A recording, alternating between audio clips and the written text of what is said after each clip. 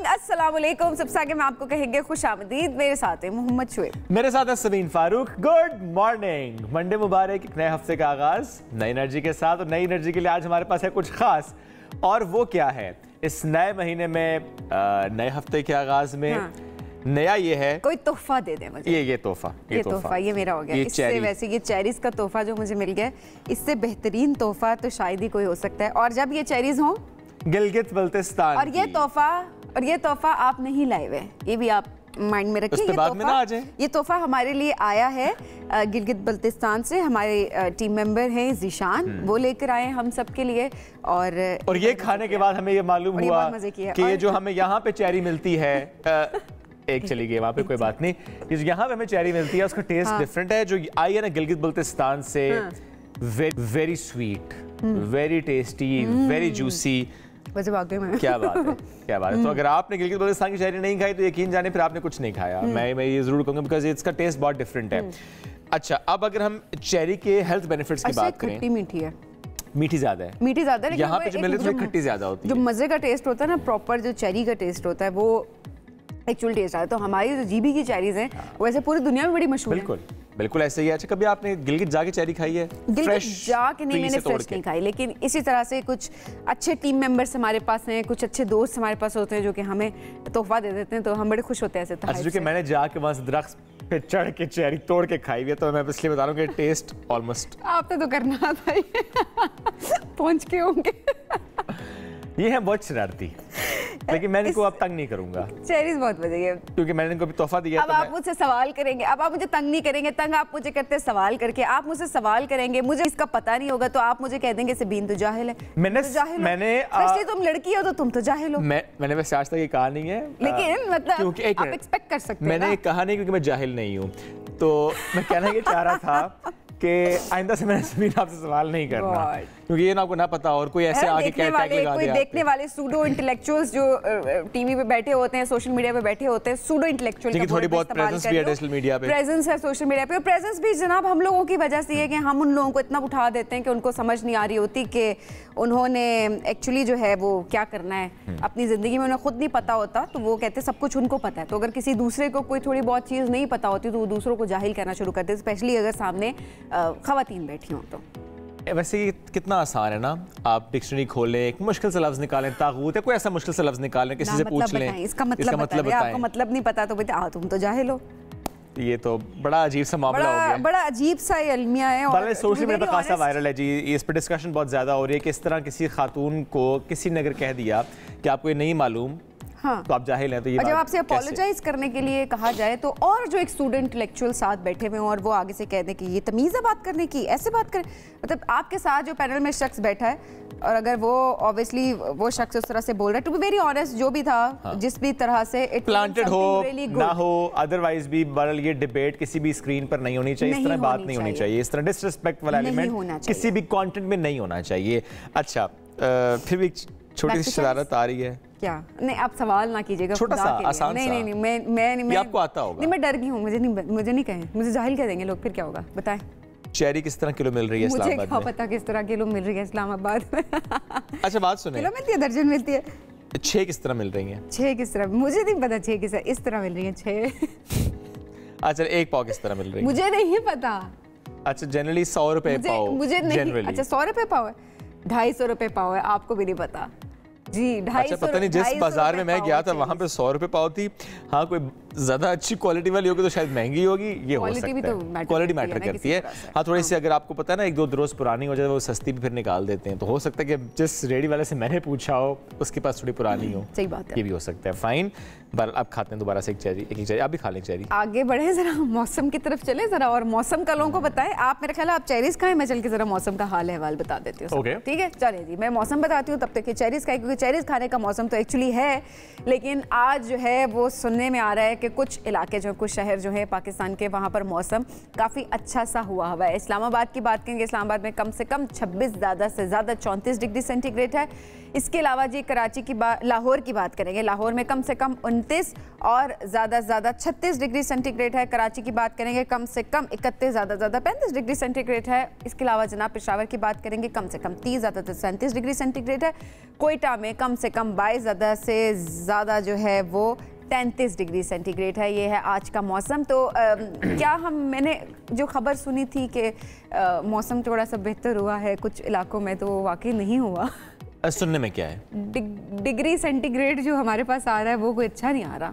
हाँ, लेकिन बारिश तो हुई है सभी। अदरवाइज बारिश शुएब देखें, अब इस्लामाबाद की बात करें, जो रात में बारिश हो रही है, ठीक है, वो 1-2 घंटे के लिए मौसम को बेहतर ज़रूर कर देती है, लेकिन एक तो घर के अंदर वो हब्स कर देती है, ठीक है, और बाकी जो आप बाहर निकलते हैं जब, तो हाँ मौसम थोड़ा सा बेहतर आपको नजर आता है, लेकिन हब्स बहुत ज्यादा। एक और मसला जो हो रहा है सबीन, जो रूम कूलर्स थे, एयर कूलर्स थे, वो काम नहीं कर रहे, बिल्कुल नहीं कर रहे। अब मजबूरन आपको एसी चलाना पड़ रहा है, जिनके घर में एसी नहीं है वहाँ पे ज़ाहिर है, फिर आप देखें वो कैसे गुजारा कर रहे होंगे।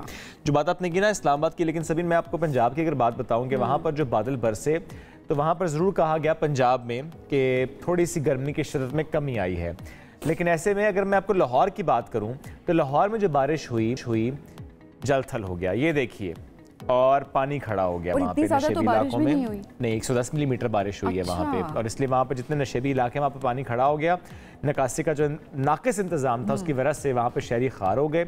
जो बाइक्स वाले हैं उनके बाइक्स बंद, फंस गए, गाड़ियाँ फंस गई, लोग बहुत मुतासर हुए। वो देखिए कैसे रास्तों से गुजर के वो खातून भी चल रही है, वो गाड़ी किस तरह से बिल्कुल ऐसे जैसे कश्ती आ रही हो वैसे आ रही है। और ये सब लोग वहाँ पे जो इस इलाके के लोग हैं ज़रा परेशान हैं। ये तो बात हमने लाहौर की है। मतलब एक्सपेक्टेड था या नहीं था? अगर एक्सपेक्टेड थी इतनी बारिश, तो ना भी एक्सपेक्टेड हो, आप अनएक्सपेक्टेड को हमेशा माइंड में रख रहे होते हैं। ये तो नाकिस इंतजामात, तो ये तो आई थिंक अब तो हम शायद सभी ने कह भी नहीं सकते कि अच्छा बारिश तो पानी क्यों खड़ा होगा। आगे से एक ही मंतक आती है, दुबई में भी तो खड़ा होता है, डेवलप कंट्रीज में भी तो ऐसे हो जाता है, तो क्या हो गया पाकिस्तान में बारिश का पानी खड़ा हो गया, तो ये मंतक आ जाती है। अच्छा, ये तो बात हमने लाहौर की। अच्छा, मरी की बात करूँ, वहाँ पर भी बारिश हुई, कश्मीर में बारिश हुई, और आज भी कहा जा रहा है कि कश्मीर, गिलगित बल्तिस्तान और केपी, यहाँ पर आंधी चलेगी, गरज चमक के साथ बारिश की पेशगोई है। और अगर मैं सिंध आपको ले चलूँ, थरपारकर, उमरकोट, और फिर इसी तरह अगर मैं योब बार खान की बात करूँ, तो वहाँ पर भी बादल बरसेंगे, ये कहा जा रहा है। अब लेट्स सी कि वहाँ पर कितनी बारिश होती है और बारिश के बाद मौसम कैसा होता है, बारिश की वजह से गर्मी का जोर कितना टूटता है। बढ़ते आगे, और एक और ख़बर हमारे पास है। एक बहुत ही मुनफरद मुकाबला हुआ है चंद रोज़ पहले अमेरिका में। इस समंदर में एक दिलचस्प मुकाबला हुआ जिसमें शुरुका को एक 45 फुट लंबे ग्रीसी पूल, यानी जो चिकना पूल होता है ना, उस पर चलकर उसे अबूर करना था। मुश्किल काम है वैसे, बहुत मुश्किल काम है। रियासत मैसाचुसेट्स और यहाँ पर मुनक़िद होने वाले इस मुनफरद मुकाबले में कई अफराद पोल पर चलने के दौरान चिकनाहट की वजह से गिरते चले गए। आपको दिखा भी रहे हैं इस वक्त किस तरह से। अच्छा, भागते हुए जा रहे हैं और गिरते जा रहे हैं। हाँ। और ये मुसलसल तीसरा जो एक पार्टिसिपेंट वो भी गिर गया, ये चौथे, और ये पहुंच गए गालिबन। यस, देयर यू गो, ये पहुंच गए। बाकी सब गिरते चले गए। साथ में कश्तियां भी हैं, रेस्क्यू के काम भी उन्होंने कहा मुकम्मल रखेंगे, जो गिरता जा रहा है उसे हमने पिक करना है। तो वन लकी कंटेस्टेंट, मस्ती जारी रखो। अच्छा, this was dangerous as well. गिरते हुए आपका सर लग जाए पोल पे तो नहीं, ऐसे कैसे लग सकता है, चोट लग सकती है। हाँ, वैसे लग सकता है अगर आप बहुत ही बुरी तरह अगर आप गिरे तो। बहरहाल वो जो एक ने मुकम्मल इसको अबूर किया, वो बाकी कोई बड़ा ही ज़बरदस्त किस्म का मैं कहूँगा कि एथलीट कह दूँ उसको मैं, क्योंकि जितना मुश्किल काम उसने किया मेरे नज़र में एथलीट ही है वो। एडवेंचरर बोल देते ना, एडवेंचरर एथलीट। भाग तो रहा है ना।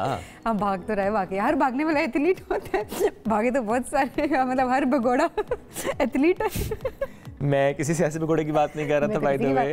अरे मैंने तो जेनेरिक बात की है, अब सियासत उससे तो हम जुड़ेंगे, मैंने तो कुछ भी नहीं कहा। ठीक है, चले मेरा ख्याल मूड चेंज करते हैं। सबीन, जैसे हर चीज़ महंगी हो रही है, पेट्रोल आज 7 रुपये महंगा हो गया। आप मुझे बताएं कि फाइनेंशियल मैनेजमेंट कैसे करें। 7 रुपये 45 पैसे। यस, ठीक है। अब मैं क्यों पॉइंट भी गिन रही हूँ यहाँ पे, उसकी वजह यह है कि इस वक्त जो आवाम की हाल कर दिया है ना, आवाम का हाल, उससे तो लोग यही बातें कर रहे हैं कि यार आप 1 रुपया ही छोड़ दें हमारे लिए, वही हमारे लिए शायद बेहतर हो जाएगा। बट दिस इज़ समथिंग, ये वो चीज़ है ना जिस पे आप अफसोस ही कर सकते हैं सिर्फ कि 1 रुपया, 2 रुपये, 3 रुपया बीच में कमी कर करके कि आप क्रेडिट लेते गए, जी हुकूमत ने पेट्रोल सस्ता कर दिया, हुकूमत ने कर दिया, और जब आप बढ़ाते हैं आप इसी तरह 7 रुपये, आप इसीलिए 8 रुपये, 10 रुपये आप बढ़ा दें। अब आप देख रहे हैं अगले महीने हो सकता है या कीमत बरकरार रखी जाएगी, अगर खुदा न खास्ता अगर बढ़ी ना तो, या पता 2 रुपये की कमी होगी, 3 रुपये की कमी होगी। मुझे उस पे लगता है सभी जो कि ज़रा हम डिपेंडेंट है आलमी मार्केट पे। अरे शुएब देखिए ये अब ये देखिए ये हुकूमत के पास भी बहाना है कि हम आलमी मार्केट पे डिपेंडेंट हैं, तो ये ऐसे हो रहा है वैसे हो रहा है। आप क्या दे रहे हैं अवाम को रिलीफ? उस पे बात जरूर होनी चाहिए, उस सारे और अवाम तो यही बात कर रही है। जो आप टैक्स ले रहे हैं उस पे बिल्कुल उस पे बात होनी चाहिए। आप टैक्स जो ले रहे हैं उस टैक्स से क्या करें, बात इस पर होनी चाहिए। वो टैक्स कहाँ पर इस्तेमाल हो रहा है, बात होनी चाहिए। अवाम से आप मजीद टैक्स ले रहे हैं, बात उसकी भी होनी चाहिए। अब अवाम जो आपने कहा ना परेशान है, नाराज हैं, बल्कि गुस्से का इजहार कर रहे हैं हुकूमत पर। आपको सुनवाते हैं कि इस नई कीमत की वजह से जो सारिफीन है वो क्या कह रहे हैं।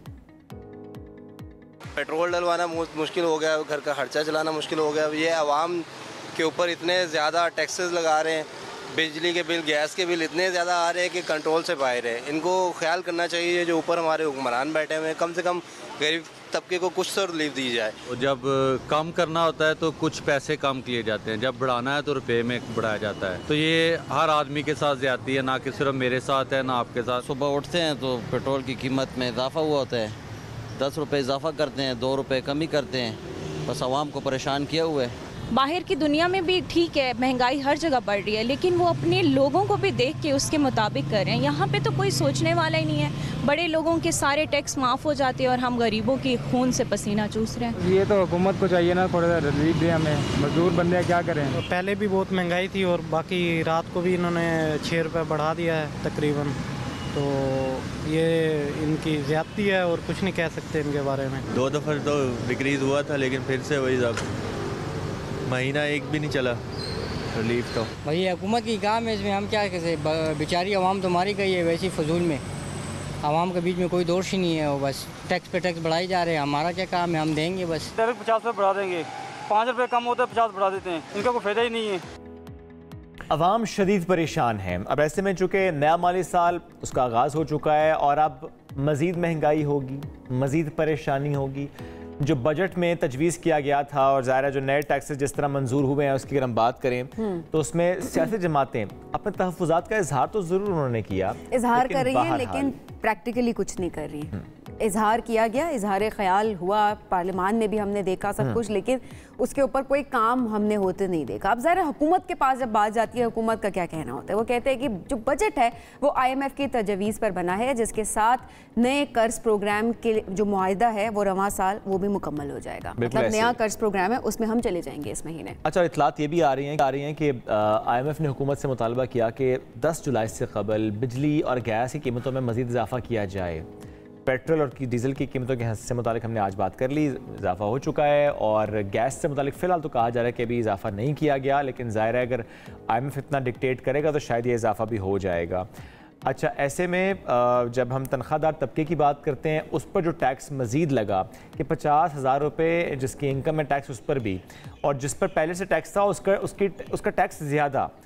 यानी वो ये सवाल करता है कि सिर्फ मुझसे आप एक ज़बरदस्ती का टैक्स ले लेते हैं, एक जगह टैक्स ले लेते हैं, क्योंकि ज़ाहिर है मेरे पास और कोई ऑप्शन नहीं है, जिससे टैक्स नेट में लाना है उसे आप लेकर नहीं आते।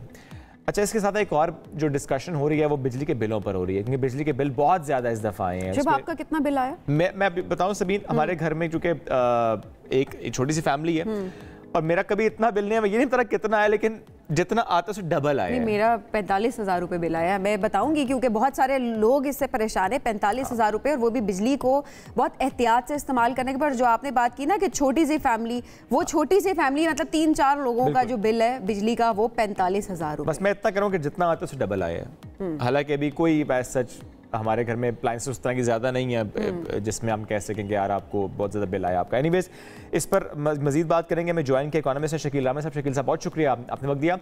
शकील साहब, सबसे पहले हम यही सवाल करना चाहेंगे आपसे कि इस वक्त जो डिस्कशन हो रही है कि हुकूमत ने जो टैक्स लगाए, जो तनख्वाहदार तबके पर टैक्स लगा, जो चीज़ें महंगी हो रही हैं, इवन पेट्रोल और डीजल भी महंगा हो गया, इस सारा का सारा बोझ क्या एक मिडिल क्लास पर ही आना है, गरीब तबके पर ही आना है? चूँकि अशराफिया पे कोई टैक्स नहीं है, जिसके पास 2000 सीसी से ज़्यादा से बड़ी गाड़ी है उस पर भी वो एक फिक्स टैक्स ही है, उसने भी सालाना टैक्स नहीं देना। तो ये क्या सिर्फ जो गरीब आवाम ने उसने भुगतना है? देखिए, जो अभी हमारा स्ट्रक्चर है इकोनॉमी का या गवर्नेंस का, उसमें तो ये बात बड़ी वाज़ेह है कि जो जिनके पास पावर नहीं है उनको सफ़र करना है, जिनके पास पावर है वो एंजॉय करेंगे। अब आप देखें, जब एलीट क्लास की आप बात करते हैं कि मैं पढ़ रहा था कि लास्ट ईयर हमारे एक टैक्स के एक्सपर्ट है वो बता रहे थे कि लास्ट ईयर जो साल गुजरा है उसने गवर्नमेंट ने 120 बिलियन की कंसेशन, टैक्स कंसेशन दी है जर्नल्स को, ब्यूरोक्रेट्स को, जजेस को, टॉप के लोगों को, उनकी पर्क्स पे। अच्छा। अब अगर 120 बिलियन उनकी पर्क्स पे टैक्स कंसेशन, आप इमेजिन करें उनकी पर्क्स कितनी होंगी। आप ये थोड़ा सा इमेजिन करें इसको जरा। अब जिस मुल्क में आप ये कर रहे हैं कि एक तरफ आप कहते हैं जी कि जहर खाने को पैसे नहीं है, दूसरी तरफ आपके लल्ले तलल्ले ख़त्म होने का नाम नहीं लेते। कैबिनेट आपकी वो दूसरे दिन बढ़ जाती है। अगर आप वजीर का ओहदा नहीं देते तो आपने मुख्तलिफ नाम उसके लिए कर लिए हैं, ईजाद कर लिए, कोई कोऑर्डिनेटर लग जाता है, कोई एडवाइज़र लग जाता है, कोई और क्या कहते हैं कि स्पेशल असिस्टेंट लग जाता है। यानी कि आपने वो काम वहीं का वहीं रखा हुआ है। अब जब आज आप बात करते हैं जी कि हमें ये टैक्स, ये इनडायरेक्ट टैक्सेस की जब बात करते हैं, जो आप पेट्रोल की बात कर रहे हैं या इसकी बात कर रहे हैं बिजली की, ये इस पे ज़्यादा तो इनडायरेक्ट टैक्सेस ही है ना सारे के सारे। अब बिजली के बिल में क्या तुक बनता है कि आप इतने किस्म के टैक्स दें? बिजली तो कंज्यूम करते हैं तो आप बिजली का बिल वो लेना उनसे। आप तो बिजली के बिल के नाम पे पूरा टैक्स का पलंदरा उनको भेज देते हैं। और शकील साहब, इस पर एक राय और भी दीजिएगा, क्या ये दुनिया में किसी और मुल्क में होता है कि जिस तरह पाकिस्तान में बिजली का बिल आता है कि 200 यूनिट पे 3000 बिल आएगा और 201 यूनिट पे 8000 बिल आएगा? मेरी नज़र में तो नहीं गुजरा। अगर होता होगा तो मेरी इग्नोरेंस है, तो मेरी नज़र में ये चीज़ नहीं गुजरी। अब देखें, जब इतने बिलों के टैक्स आते हैं, अब जो बिजली तो फ्री है सारी एलीट क्लास की, चाहे आप ब्यूरोक्रेट्स की बात कर लें, जजेस की कर लें, सब की कर लें, इसका मतलब आप वो फिर टैक्स से एग्जम्प्ट हो गए। जो टैक्स हम दे रहे हैं सब लोग, कि जिनको आम आदमी को बिल आता है उसमें इतने टैक्स लग के आते हैं, तो वो इनको तो टैक्स देना नहीं पड़ते वो, क्योंकि इनकी तो बिजली फ्री है, इनका पेट्रोल भी फ्री हो जाता है। अब एक मजे की बात देखें, अब इन्होंने ये किया हुआ है कि पेट्रोल इतने लीटर मिलेगा, ये नहीं कहा पैसे की क्या हद है कि यानी कि 50,000 का मिलेगा महीने का या 5,000 का मिलेगा। इन्होंने किया ये 50 लीटर मिलेगा या 100 लीटर मिलेगा, फ्री मिलेगा। अब जब उसकी बलास है कि उसकी कीमत क्या है उससे पर लीटर पेट्रोल की, चाहे वो जी क्या कहते हैं कि वो 500 रुपये पर लीटर हो, चाहे वो 200 रुपये पर लीटर हो, उनको तो वो उतने का उतना ही मिलता है। तो लीटर सारी का सारा जो सिस्टम है गवर्नेंस का ऐसे उसको किया हुआ है, उसमें सारे बेनिफिट आपको इनको जाते हुए नजर आते हैं। इनको रिलैक्सेशन इनको है, इनकी यानी तनख्वाहें आप देख लें तो पार्लियामेंट में खड़े होकर कहते हैं हमारा गुजारा नहीं होता। वैसे बात करें तो ये सब कहते हैं हम जद्दी पुश्ती नवाब हैं, हमारे तो घरों में पैसों के दरख्त लगे हुए हैं। बिल्कुल बिल्कुल, जाहिर है जिनके ऊपर टैक्सेस नहीं लग रहे, जिनको हर चीज़ मुफ्त में मिल रही है, उन्हें तो हर चीज़ आसानी से नजर आ रही है, उन्हें तो लगता है महंगाई भी नहीं हो रही। जिस तरह वजीर खजाना साहब, उनका दावा सामने है, वो कहते हैं जी महंगाई जो है वो 38% से 13% पर आ गई है। अब ये किस तरह आ गई है? आवाम को तो, हमें तो नजर नहीं आ रहा कि 38 से 13% तक महंगाई की शरह जो है कम हो गई है। अब देखिए, जितनी तो पहले बढ़नी थी बढ़ गई थी, और टॉप पे जो है अब मजीद बढ़ रही है। अगर टॉप पे भी जाके 38% जो कि कीमतें बढ़ने के बाद 13% कीमतें और भी बढ़ रही हैं, तुम्हारे हम तो लोग तो मारे जाएंगे। उनका नंबर तो शायद ठीक हो, यानी कि जी अब वो साल से साल तक के जो कहते हैं कि पहले 6 महीने से दूसरे 6 महीने में जो पिछले साल हुआ था वो हुआ था 38% हुआ था। लास्ट ईयर जो फिस्कल ईयर था उसमें 38% हमारी हुई थी, इन्फ्लेशन हुई थी। इस फिस्कल ईयर में हमारी 13% हुई है। भाई साल को साल तो आप कंपेरिजन कर रहे हैं, मगर आप ये देख रहे हैं बेस प्राइसेज जो थी, क्या उस बेस प्राइसेस को दोबारा रिवर्स हुआ प्रोसेस? वो तो कभी भी कहीं पे भी आपको नजर नहीं आ रहा। जो प्राइसेस हैं बढ़ती ही जा रही हैं। अब इन्होंने पेट्रोल पे जो सब्सिडी दी थी, एक और चीज जिसको हम अभी डिस्कस नहीं कर रहे, जो IMF का प्रोग्राम है, उन्होंने हमें सजेस्ट किया है कि हमें अपना पैसे रुपए को मजीद डीवैल्यू करना है। तो गवर्नमेंट कह रही है कि हो जाता हमें 8 से यानी कि 6 से 10% के दरमियान इनको डीवैल्यू करना पड़े, मगर IMF इससे ज्यादा का मांग रही है, इससे ज्यादा डीवैल्यू करें। अब आपका जब रुपया डीवैल्यू होगा तो इसका मतलब है कि इंपोर्ट जो प्राइस है पेट्रोल की वो भी महंगी हो जाएगी, क्योंकि आपकी पैसे तो के तनख्वाह तो बढ़ेगी नहीं, मगर उस पैसे के जो रुपया है आपका उसकी परचेजिंग पावर कम हो जाएगी। और उसके पे क्या कहते हैं कि पहले अगर मिसाल के तौर पे अगर 280 रुपये का डॉलर है, कल को अगर डॉलर 295 या 290 300 का हो जाता है, तो जो डिफरेंस है वो कहाँ से पूरा करेंगे? शकील साहब, IMF ये क्यों कह रहा है कि पाकिस्तान अपने रुपए को डिवैल्यू करे? वो इसलिए कि हमारी अभी इकोनॉमिक रिकवरी ही नहीं हो रही, हमारी प्रोडक्शन बेस ही नहीं बन रही। हमारा देखें, जो कोई भी इकोनॉमी होती है वो डिपेंड करती है अपनी प्रोडक्शन बेस पे। हमारी प्रोडक्शन बेस के आप देखें, हमारी जो कॉम्पिटिटिवनेस है इंडस्ट्री की वो कहाँ चली गई है। फिर एग्रीकल्चर ने अगर एक साल में अच्छा परफॉर्म करता है तो हम उसके साथ वो करते हैं, किसान को हम सड़कों पे जलील कर देते हैं। अभी तक वो जलील हो रहा है किसान। आप जो कि आपका देखें, एग्रीकल्चर एक ऐसा सेक्टर है जो आपको एक साल में इकोनॉमी को रिवाइवल के रास्ते पे डाल सकता है, सिर्फ एक साल में। क्यों? क्योंकि अभी जो हमारी प्रोडक्शन एग्रीकल्चर की वो बड़ी लो है एज कम्पेयर टू वर्ल्ड। हमारी प्रोडक्टिविटी बड़ी लो है, यानी पर एकड़ जो हमारी होती है ना पैदावार होती है वो कम है दुनिया के मुकाबले में। क्यों कम है? हमारा बीज क्वालिटी का नहीं है। अगर हम सिर्फ बीज क्वालिटी का किसान को प्रोवाइड कर दें तो हमारी तो 2 गुना नहीं तो 1.5 गुना तो हमारी प्रोडक्शन एकदम बढ़ जाएगी एक साल में, और उससे हमारा रेवेन्यू क्रिएट होगा ना, जॉब्स क्रिएट होगी। मगर उस पर हमारा ध्यान ही नहीं जाता। हमारा जो होता है कि जनाब हर वक्त डिजिटल डिजिटल डिजिटल। ठीक है, अब डिजिटल की बात करें, ये फ्यूचर टेक्नोलॉजी की बात करें, मगर आप देखिए इस वक्त आपकी स्ट्रेंथ क्या है और किसकी बेसिस पे आप फ्यूचर को डेवलप कर सकते हैं। बिल्कुल। और जिस अगर आपने, और दूसरी जो हम बात करते हैं जनाब पैसा लेके सारा कुछ करो, और जो स्टेट ओन एंटरप्राइजेस है उनको बेच दो। किसी भी मुल्क को चलाने के लिए ना टैक्स के साथ साथ नॉन टैक्स रेवेन्यू की भी जरूरत होती है, और वो होती है स्टेट ओन एंटरप्राइजेस से आता है। अब आप चाइना की मिसाल देख लें, दुनिया की दूसरी बड़ी इकोनॉमी बन चुकी है, मगर अभी भी उनके जो GDP का 30% से 32% उनकी स्टेट ओन एंटरप्राइजेस से आता है, जो कि ट्रिलियंस ऑफ डॉलर में बनता है। इस तरह गवर्नमेंट के पास पैसा होता है कि वो प्राइवेट सेक्टर को भी कंसेशन दे, लोगों के लिए। इट्स ऑल अबाउट प्लानिंग कि आप प्लानिंग किस तरीके से कर रहे होते हैं। आप कर्जे भी अगर ले रहे हैं तो आपने उसको इन्वेस्ट करना होता है ताकि वहां से आपको रेवेन्यू आ सके। सही जगह पे आप इन्वेस्ट करें, ना कि एक एक कर्जे आ रहे हैं, पार्लियामान चल रहा है, आपका मुल्क चल रहा है, उसके बाद आप एक और कर्जे में जा रहे हैं, जो कि अभी इस वक्त हम दोबारा होते देख रहे हैं। जो हम कमा रहे हैं हम सूद की मद में दे रहे हैं। एग्जैक्टली। शकील साहब बहुत शुक्रिया प्रोग्राम में ज्वाइन करने के लिए। नाज़रीन बड़ी जानिब stay with us. Welcome back. Pakistan में मौशी अदम इस्तेहकाम मुसलसल बढ़ रहा है, लेकिन सियासी इस्तेहकाम वो भी आने को तैयार नहीं है। हुकूमत और अपोजिशन मुल्क के मसाइल के हल के लिए साथ चलने को बिल्कुल तैयार नजर नहीं आ रहे। मौलाना फजल रहमान ने एक बार फिर कह दिया है कि इंतखाबात नए सिरे से कराए जाए, और कहा है कि हुकूमत में इतनी सलाहियत नहीं कि हमारी शिकायत का अजाला कर सके। और दूसरी जानिब PTI ने भी हुकूमत के खिलाफ महाज गर्म करने के लिए JUI से राबते बढ़ाने का फैसला किया है और मुज़ाकरात के लिए एक 5 रुकनी कमेटी तश्कील दी है। इम्कान जाहिर किया जा रहा है कि दोनों जमातों की जानिब से आने वाले दिनों में हुकूमत के खिलाफ भरपूर तहरीक सामने आ सकती है। इस पर मजीद बात करेंगे सीनियर एंकर तज्ज़िया मुज़म्मिल सरवर्दी साहब साथ मौजूद हैं। मुज़म्मिल साहब बहुत शुक्रिया, आपने वक्त दिया। मुज़म्मिल साहब, तहरीक इंसाफ और इत्तेहाद काउंसिल और मौलाना फजल रहमान, आपको लगता है कि वाकई करीब आ सकते हैं, एक पेज पर आ सकते हैं, एक जलसा करते नजर आ सकते हैं, एक कंटेनर पर नजर आ सकते हैं?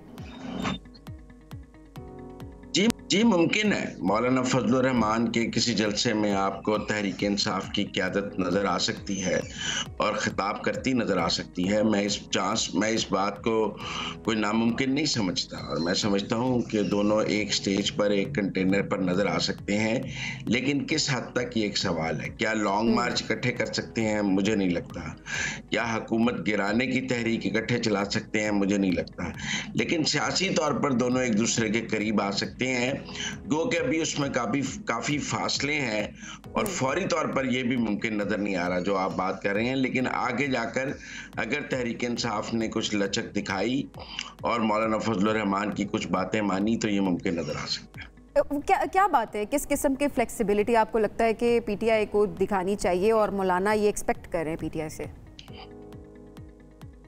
देखिए, मौलाना सबसे पहले तो रिस्पेक्ट एक्सपेक्ट कर रहे हैं, और अगर तहरीक इंसाफ को मौलाना की सियासी ज़रूरत है तो तहरीक इंसाफ को वो बात सियासी तौर पर माननी पड़ेगी। मसलन अगर सदारती उम्मीदवार वो मौलाना फजल रहमान को बना देते, हालांकि जीतना तो नहीं था तहरीक इंसाफ ने, लेकिन मौलाना को एक इज्जत दी जा सकती थी कि उनको सदारती उम्मीदवार बनाया जाता। मौलाना के पास महमूद खान अचकजई के मुकाबले में वोट भी ज़्यादा थे।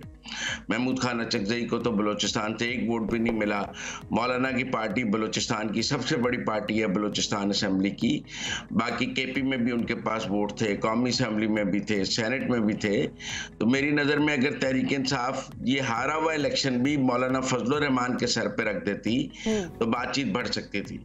इसी तरह डेरा इस्माइल खान में ज़िमनी इंतखाब हुए हैं, अगर वहां पर मौलाना के साथ सीट एडजस्टमेंट कर ली जाती और मौलाना को उनके बाई हल्के से उनके उम्मीदवार को सपोर्ट कर दिया जाता, तो मेरे ख्याल में मौलाना के लिए बहुत बड़ी वजह हो जाती तहरीक इंसाफ के साथ जाने के लिए।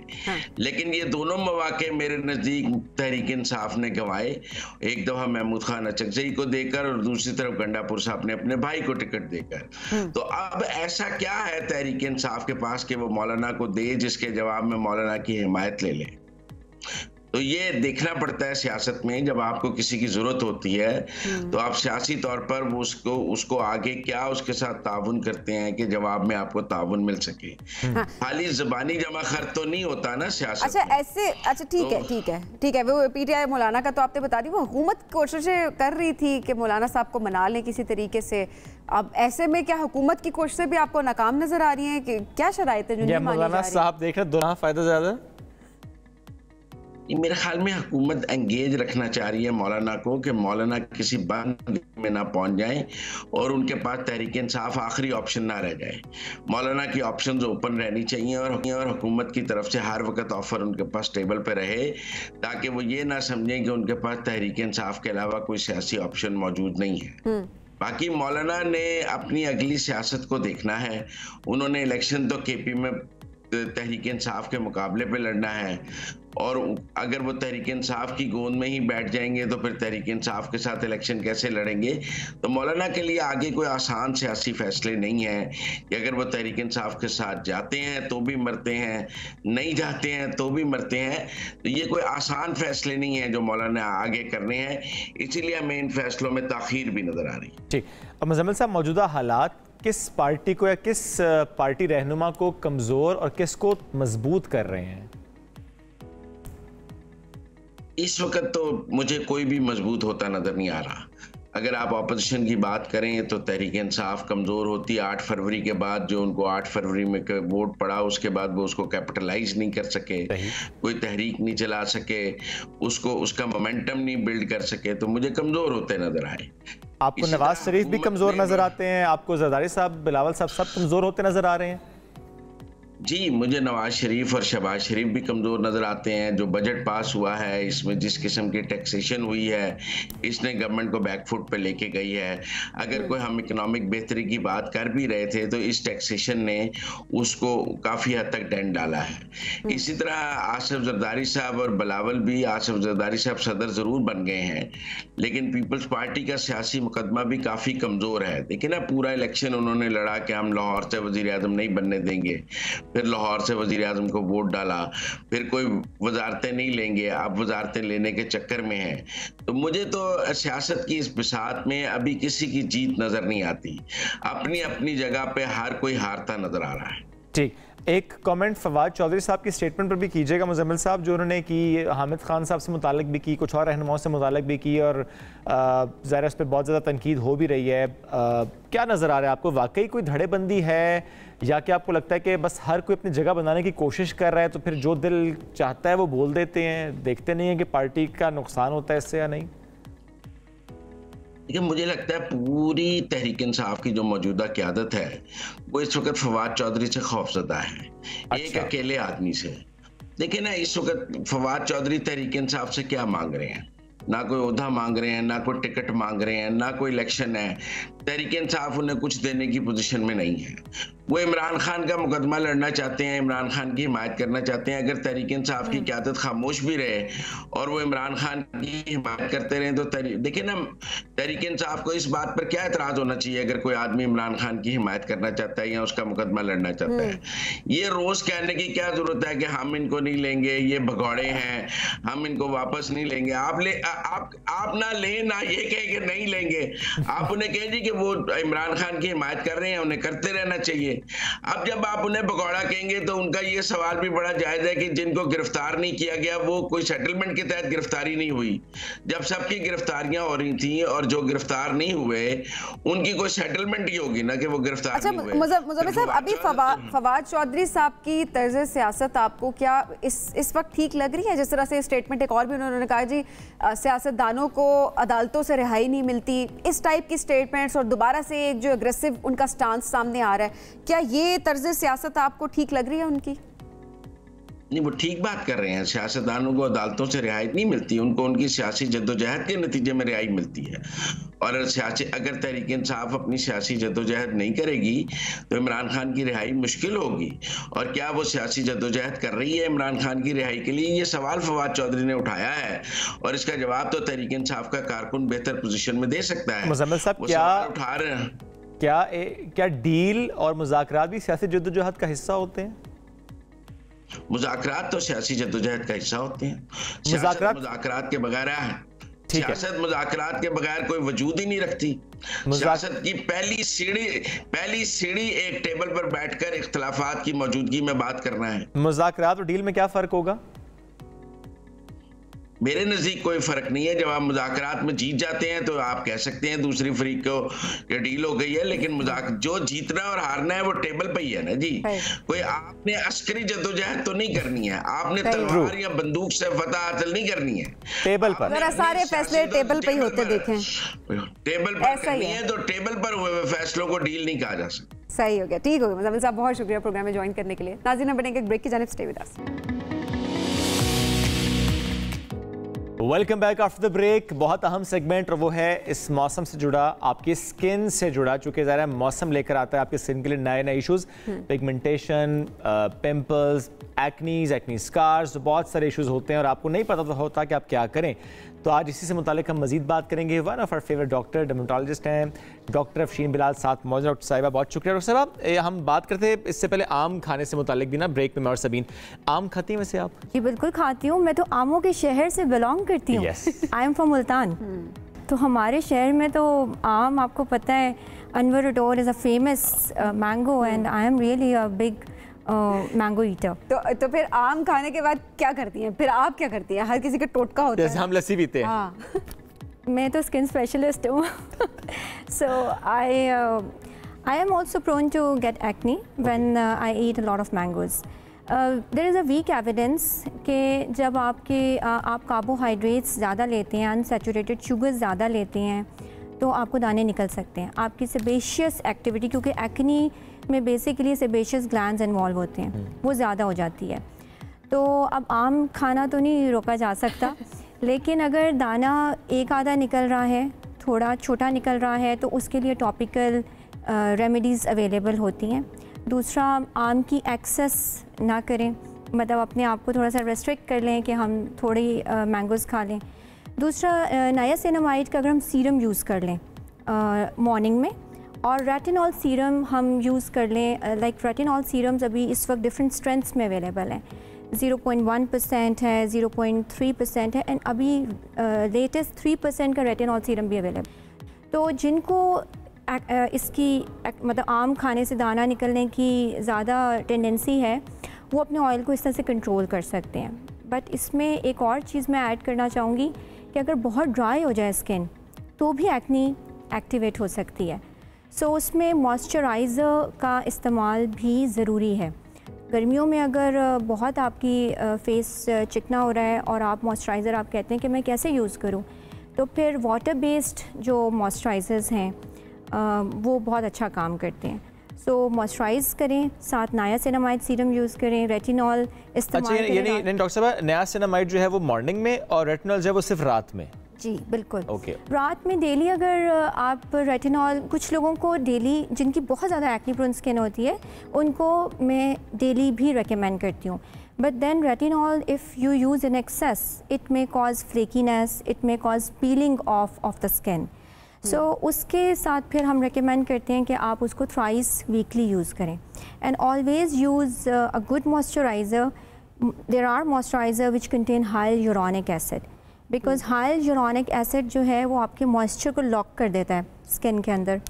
सो आप अगर high hyaluronic acid containing moisturiser को यूज़ करते हैं, so it will work really well with your skin. It comes under the जिसको AM PM रूटीन कहते हैं, वो भी आप डॉक्टर साहब, अब मैं चाहूँगी कुछ मिथ्स और फैक्ट्स जो हैं उनको भी ज़रा आप एड्रेस करें। अब जिस तरह लोग ये भी कहते हैं अक्सर कि जब हम ज़्यादा धूप में जाते हैं तो उसकी वजह से भी हमें एक्नी होना शुरू हो जाती है, ये बात किस तरह है कि सन रेज से आपकी एक्नी एक्टिव हो सकती है?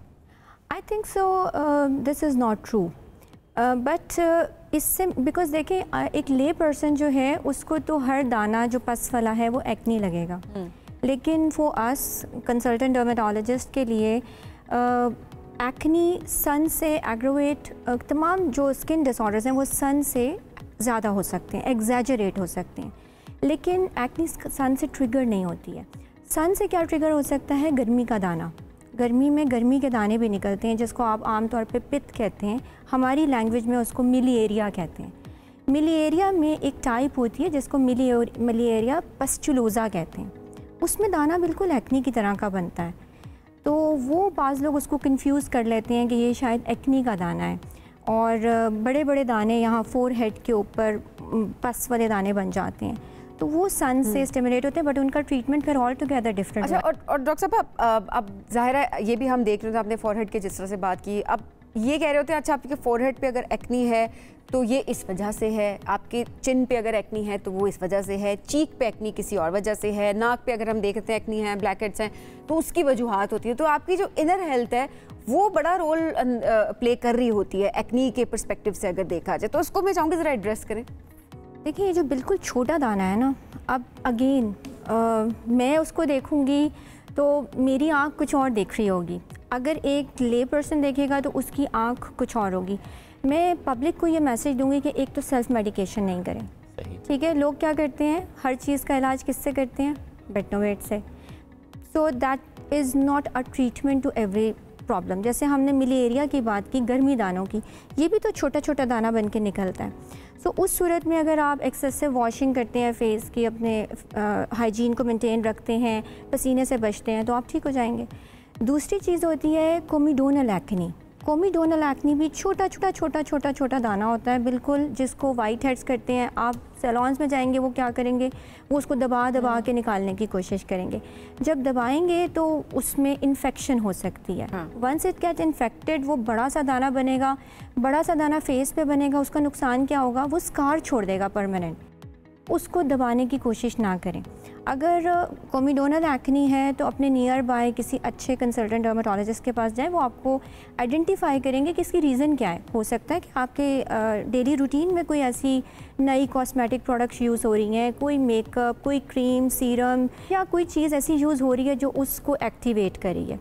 सो ये वाली चीज़ों को अगर हम मैनेज कर लें तो ये प्रॉब्लम आपके अपने आप ठीक हो जाती हैं। लेकिन होम केयर रूटीन इसमें हेल्प करती है। फॉर एग्ज़ाम्पल आजकल तो ऑनलाइन बहुत सारी चीज़ें अवेलेबल हैं, अब लोग देख रहे हैं, तो मैं एक मैसेज दूंगी, चारकोल जो मास्क होते हैं ना, वो बड़ा अच्छा काम करते हैं इसके ऊपर जो कोमिडोनल एक्नी है। तो अगर आप किसी को नहीं दिखाना चाहते, खुद से ट्रीटमेंट करना चाहते हैं, तो स्टीरॉइड्स का इस्तेमाल ना करें। आप इस तरह चारकोल मास्क यूज़ कर सकते हैं। And you can also use home में जो आपकी इजीली अवेलेबल सैलिसिलिक एसिड की प्रेपरेशंस होती हैं, वो वंस और ट्वाइस वीकली, या salicylic acid containing face wash, they can also work well. और बाकी आपको जो चीज़ लग रहा है कि अगर कोई चीज़ ट्रिगर करी है तो उसको स्टॉप कर दें। और डॉक्टर साहब, आप जो हम होम रेमेडीज़ की बात कर रहे हैं, चूँकि आपका शायद मुल्तान है और मुल्तानी मिट्टी के का बहुत तस्करा होता है, तो ज़रूर बताइएगा ये मुल्तानी मिट्टी, या समटाइम्स हम देखते हैं किचन में एलोवेरा लगा लेना, बेसन लगा लेना, दही, हनी, जो मिले वो लगाते ही रहते हैं कि शायद इससे कोई फ़र्क पड़ जाएगा। इवन टमाटर, कुछ चीज़ों को मिक्स करके लगा देना। डॉक्टर साहब, क्या इनसे वाकई चेहरे पे फ़र्क पड़ता है, स्किन ग्लो करती है? अगर आपको प्योर मुल्तानी मिट्टी मिले, उसका mask, clay paste, clay mask, they work very well.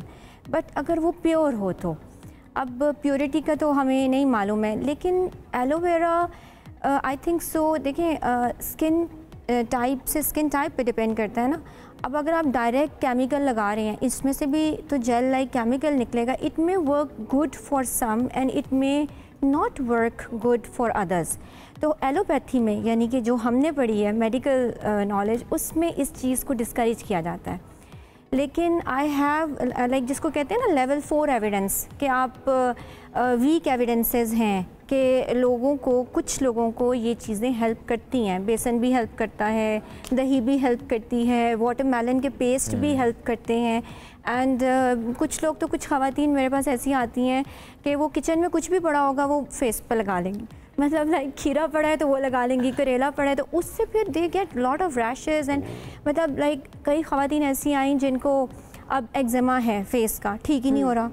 जब हम उनको प्रोब करते हैं, हिस्ट्री में जाते हैं, तो then we land up in the diagnosis कि जी वो तो किचन में जो पड़ा होता है। ऐसे में अब जो सोशल मीडिया पे इतने हमारे डर्मेटोलॉजिस्ट आ गए, उनका भी एक थोड़ा सा इसमें रोल हम कहेंगे कि किस तरह से वो अब ब्रांड्स की प्रमोशंस होती हैं, वो करने के चक्कर में सब डर्मेटोलॉजिस्ट, सब जो है ना स्किन स्पेशलिस्ट बने फिर रहे होते हैं। दूसरा इन्फ्लुएंसर्स हमारे माशाल्लाह से, उनको भी देखा जाए तो ज़ाहिर है अब लोग इस बात को नहीं समझते कि उनको पैसे दिए जा रहे हैं वो प्रोडक्ट प्रमोट करने के। लेट्स सपोज अगर वो उनकी स्किन पे अच्छी लग गई है, ज़रूरी नहीं है कि वो किसी दूसरे की स्किन पे भी सही रहे। आपका डर्मेटोलॉजिस्ट ही बता सकता है कि ये चीज़ आपके लिए अच्छी है या ये चीज़ आपके लिए अच्छी नहीं है।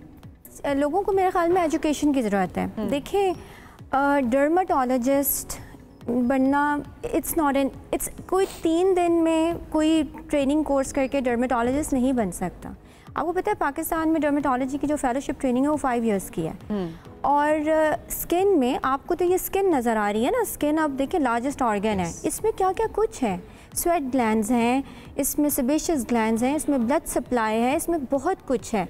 तो हर किसी की मतलब लाइक स्किन की टाइप्स डिफरेंट हैं, स्किन की बीमारियां डिफरेंट हैं, तो ऐसे किसी के हेयर से के ऊपर चीज़ें नहीं करनी चाहिए। इट में, जैसे मैंने आपसे कहा, it may work good for someone but it may not work good for others. वो उनके लिए प्रॉब्लम क्रिएट कर सकती है। डॉक्टर साहब, ज़्यादा पानी पीना, मुनासिब नींद लेना, एक्सरसाइज करना, और जब हम हार्मोन्स की बात करते हैं कि हार्मोन्स लेवल आपके अच्छे हों तो वो आपकी स्किन पे नज़र भी आता है। मुझसे लोग पूछते हैं कि मैडम आप हमें AM/PM रूटीन लिख दें। AM/PM रूटीन में ना जो सबसे ज़्यादा रोल है वो लाइफस्टाइल का है। लाइफस्टाइल में क्या चीज़ें आती हैं? Wake up in the morning, sleep at night. आप देखें आजकल क्या हो रहा है, opposite. Sleep in the morning, remain awake at night. अब there are certain hormones which release during sleep. अगर आपका हार्मोनल और इंटरनल एनवायरनमेंट ख़राब हो गया है, रेस्ट एश्योर के बॉडी के दूसरे सिस्टम्स के साथ आपकी स्किन ख़राब हो जाएगी। तो इसलिए हार्मोनल बैलेंस बहुत ज़्यादा ज़रूरी है। डॉक्टर साहब बहुत शुक्रिया, साथ मौजूद थे, हमसे गुफ्तगू करते हैं। नाज़रीन ब्रेक लेंगे, वापस आएंगे, स्टे विद अस।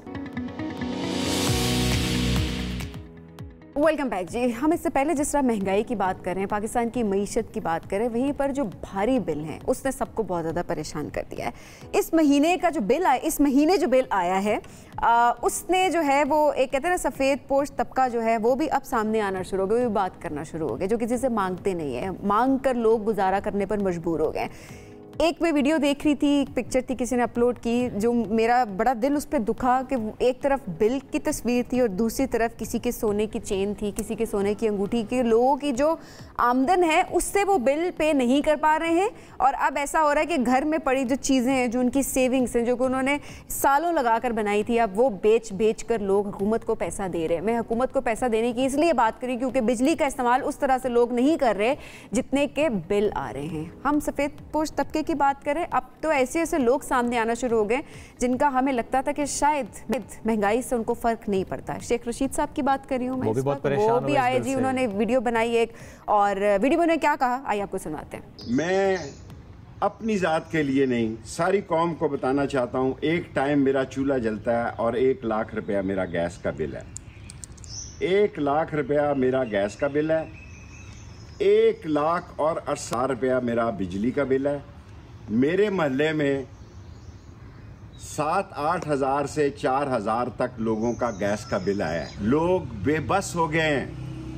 हलक से लेकर फलक तक महंगाई ने उनको जिंदा दफन कर दिया है। अब इस मुल्क में फार्म 45 और 47 की लड़ाई नहीं है, गरीब के जिंदा रहने की जुस्तजू है। खुदा और रसूल का वास्ता देकर जिम्मेदार हलकों को कहता हूँ कि गरीब की मदद करें। और इस सूरत हाल से मुआशरे का तकरीबन हर तबका परेशान है। जिस तरह हम इससे पहले ज़रा हम सियासतदानों की बात कर रहे थे, फनकार बरादरी की बात भी कर लेते हैं। सीनियर अदाकार राशिद महमूद साहब, उनकी भी एक वीडियो इस वक्त सोशल मीडिया पर वायरल है जिसमें वो अपने घर के भारी भरकम बिल से काफ़ी परेशान नजर आते हैं, और इस सूरत हाल पर नहायत अफसोस का उन्होंने इजहार किया है। उन्होंने क्या कहा आपको वो भी सुनवाते हैं। 45,368 रुपए का बिल आ गया है। 701 यूनिट है। आपके इल्म में है कि मैं 4 मरतबा हार्ट के मुख्तलिफ अटैक से रब मुझे जिंदा बचा तो रहा है। आज मैं फील कर रहा हूं कि मेरे रब क्यों बचाया मुझे। उस मुल्क में जिसमें सारी जिंदगी मैंने निहायत ईमानदारी से खिदमत की, इसकी अरबों रुपया हमारे कामों पे इस मुल्क में इकट्ठा हुआ, जिस मीडिया में मैंने काम किया, कहां से लाऊं? पिछले बरस से कोई काम ही नहीं है हमारे लाहौर में। इस मुल्क के जो अरबाब इख्तियार है जितने सारे के सारे, सब पे कोई ना कोई एलिगेशन है, करोड़ों अरबों खरबों रुपए का जो मुल्क से ले गए हैं बाहर, एक टेडी पैसा उनमें से कोई वापस नहीं ला रहा। और हमें हमारे इस नेशन, जाहिर है यही जो हालात हैं वो तकरीबन मुल्क के हर शख्स की मैं बात करूंगी, आम शख्स की मैं बात करूंगी, जो कि अशराफिया को निकाल के अगर बाकी लोगों की बात करें, हम जैसे लोग, अब जो भी तबका है वो इससे खासा परेशान नजर आया। राशिद महमूद साहब इस हमारे साथ मौजूद, उनसे बात भी करते हैं। राशिद साहब बहुत शुक्रिया प्रोग्राम में ज्वाइन करने के लिए। राशिद साहब, जो आपकी बात थी ऐसा लगा कि आपने हम सब के दिल की बात कह दी, क्योंकि जो आपने चीज़ें बयान की हैं वही हर शख्स बयान कर रहा है। एक प्लेटफॉर्म पे आपने बात कर दी, हर महफिल में ये बातें हो रही हैं। क्या इससे पहले आपका इतना बिल आया या बिल आता रहा, कभी आप बोले नहीं, या फर्स्ट टाइम आपका इतना ज्यादा बिल आया है? देखिए बेटी, मैं जो आपने कहा मानो एग्जैक्ट यही सिचुएशन है, और मैं आपको बयान करता हूँ। शहजाद साहब हमारे बड़े नामवर दानिश्वर अदीब और पोइट है। मुझे उनके दो अशार याद आ गए, एक तो अपने हवाले से है और एक हालात के हवाले से है। उनकी उस गज़ल का एक पहला शेर है कि ना सही कुछ मगर इतना तो किया करते थे, वो हमें देखकर पहचान लिया करते थे। सारी ज़िंदगी इस कदर क्रिस्टल क्लियर पार्टिसिपेशन है, एक नहीं सैकड़ों प्राइड ऑफ परफॉर्मेंस भी मिला मुझे 50 बरस के बाद। इस मुल्क में 5-5 घंटे में लोगों को मिले हुए, मुझे उससे कोई सरोकार नहीं। मुझे ना भी मिलता तो मुझे तब भी कोई फ़र्क नहीं पड़ता था। मेरा प्राइड जो है वो मेरा काम है, मेरी आउटपुट है, परफॉर्मेंस मेरी। आज भी लोग मुझे देखना चाहते। फिर इसी गज़ल का जिसका मैंने ये शेर, उसी में एक शेर है कि खाक हैं अब तेरी गलियों की वो इज्जत वाले जो तेरे शहर का पानी न पिया करते थे। सब पे जितने हमारे अरबाब इख्तियार मुख्तलिफ अदवार में रहे हैं, मैं किसी पर्टिकुलर सियासी जमात की बात नहीं कर रहा, मैं सब पे कहीं ना कहीं इस कदर हार्ड किस्म के एलिगेशन है, और उनमें से किसी ने उसको क्लियर ना कभी कोई जवाब दिया, होता है बात ख़त्म हो जाती है। एहतजाज मेरा जो है, मैंने सारी ज़िंदगी अपनी चादर जो है उससे 2 कदम अंदर रह के गुजारी हुई है। मैंने नहीं कभी मांगा कि मुझे कुछ ये भीख के तौर पे दे दिया जाए। मेरी एक इस 4 अटैक्स में से एक में जब मैं बिल्कुल ये जो अरसा हमारे नए पाकिस्तान से लेके इस लम्हा मौजूद तक काम वाम सारे पीटीवी जिसके मूजद हमने दुनिया में शनासाई दी, और करोड़ों अरबों खरबों रुपया हमारे उस कामों से इस कंसर्न को मिला, मेरे इस मुल्क के इदारों। वहाँ हमारा काम ही बंद हो गया। एक कॉन्फ्लिक्ट आपके इल्म में हो गया एक पेमेंट पे मेरी उनसे कि यार ये क्या, आप क्यों इंसल्ट करते हो हमारी, मैं आप टीवी पे काम नहीं करूँगा। इस बात को आज साल हो गए, उन्होंने आज तक मुझे बुलाया ही नहीं। ड्रामा बंद हो गया हमारा। अब हर चैनल पे डेली नया स्क्रिप्ट होता है, नए आर्टिस्ट होते हैं, और मैं भी उसी को देखता हूँ। मुझे कई मेरे कहते कि राज साहब आप अब आते नहीं। मैंने कहा भाई ये जो ड्रामे आप आजकल चल रहे हैं ये सारे जब बंद होंगे तो फिर हमारी बारी आएगी। हमें कोई पूछने वाला, मैं फ़कीर नहीं हूँ, मैं भिखमंगा भी नहीं हूँ, बड़ी डिग्निटी वकार, मुझे 1 रुपया किसी से नहीं चाहिए, लेकिन मुझे डिग्निटी और वकार, और मैं सेलिब्रिटी भूल जाए उसको कि मैं कौन हूँ। बीइंग ए पाकिस्तानी, मुझे क्या मेरे राइट्स नहीं है? कौन देगा मुझे?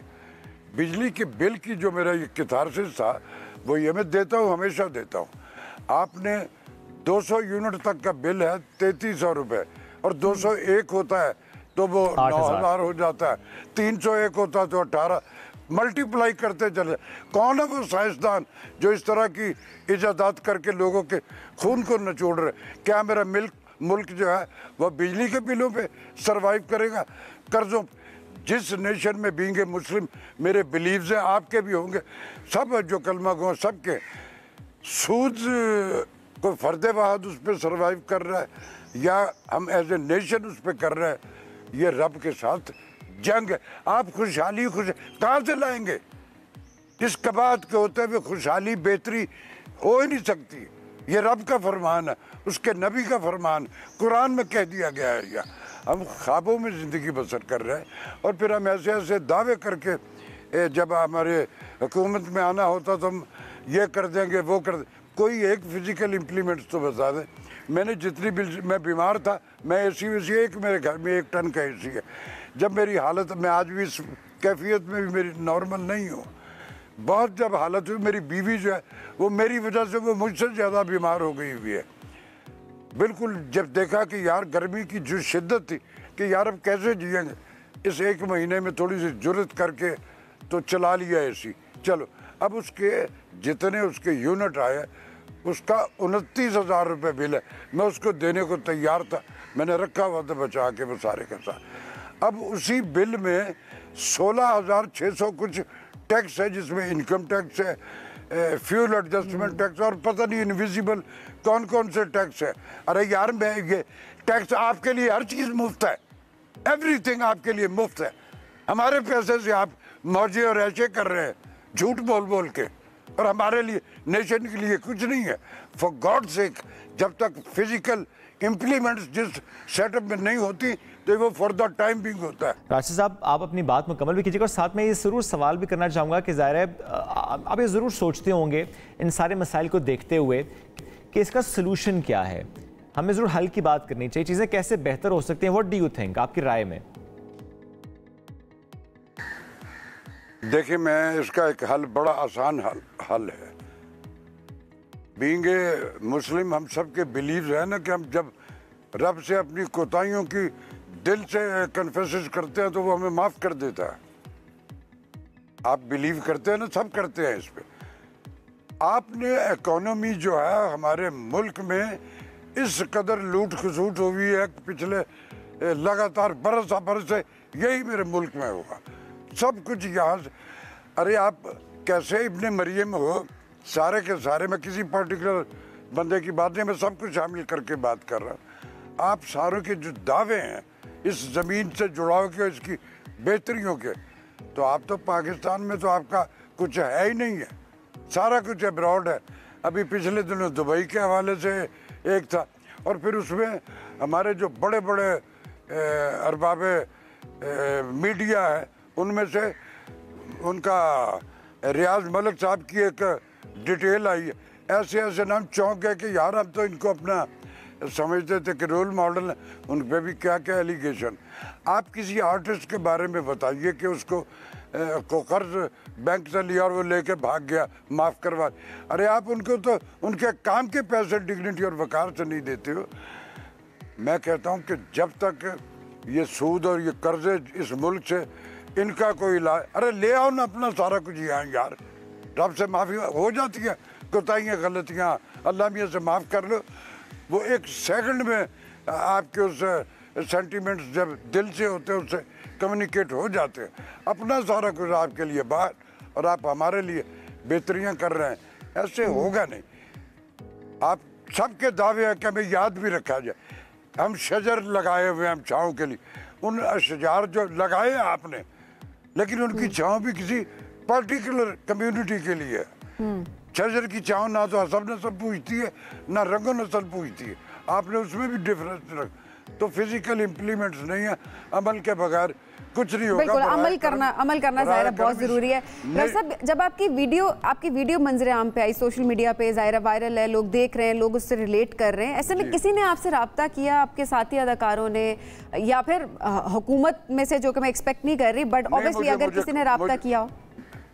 नहीं, हुकूमत में से किसी ने भी नहीं किया मुझे, बल्कि मैं चूँकि ये जो कल्चर मिनिस्ट्री के मेरे को पैसे वैसे उनसे कभी भी नहीं लिए। मैं उसमें भी एक मुख्तलिफ पैनल्स पे हूँ, तो एक इवेंट था तो वहाँ वो हमारी इंफॉर्मेशन मिनिस्टर जो है कल्चर की अज़मा बुखारी साहिबा, वो चीफ गेस्ट थी, तो उनसे हेलो हाय भी हुई।